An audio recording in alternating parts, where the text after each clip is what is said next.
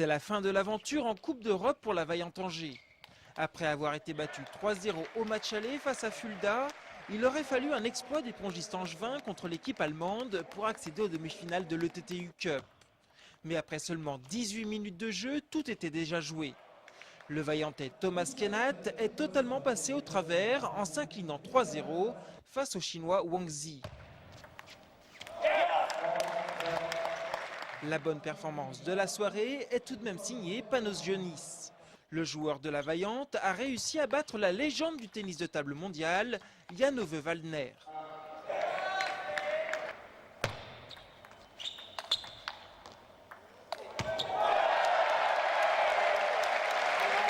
For me, it's the biggest experience in my life, and all these years I played table tennis. Pour moi, c'est la plus belle expérience de ma carrière de joueur de tennis de table.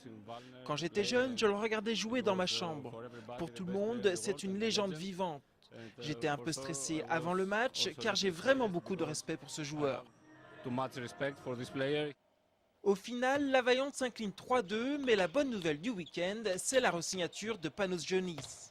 Le Grec sera donc bien vaillantais la saison prochaine. C'est une action spectaculaire, le kung-fu d'Adriano Marlin et l'envolée de Sopranov. Sur cette ultime tentative, le gardien de Ponto Combo prive les Angevins de la victoire. Dommage, mais à 28 partout, les Noyangevins reviennent de loin puisqu'ils ont sans cesse été menés. Alors, déçus ou pas déçus ?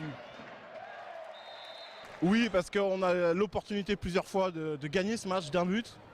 Et non, parce que si on compare notre performance d'aujourd'hui à ce qu'on a fait il y a 15 jours, je pense qu'on a relevé la tête et qu'on revient pas de loin, mais je pense que c'est une performance qu'il faut prendre à sa juste valeur. S'il y a du soulagement côté joueur, côté entraîneur, on sent plutôt la déception. Son équipe continue de rater de peu la victoire.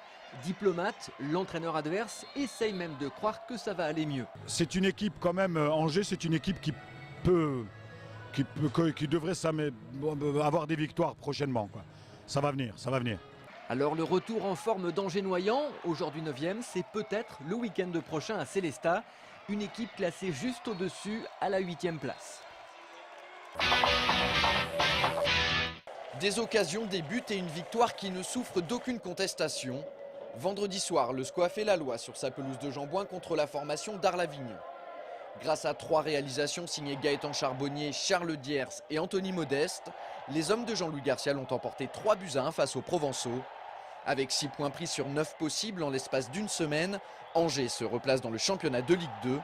Les SCOistes sont désormais 7e avec 33 points. 6 points sur 9, c'est pas mal, ça fait 2 points par match.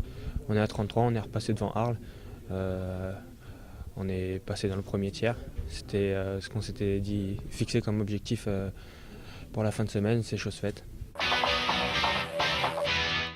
Pour finir, en basket, belle soirée pour les deux clubs angevins. Saint-Léonard réalise un dernier carton de folie pour battre Saint-Quentin, 82-73.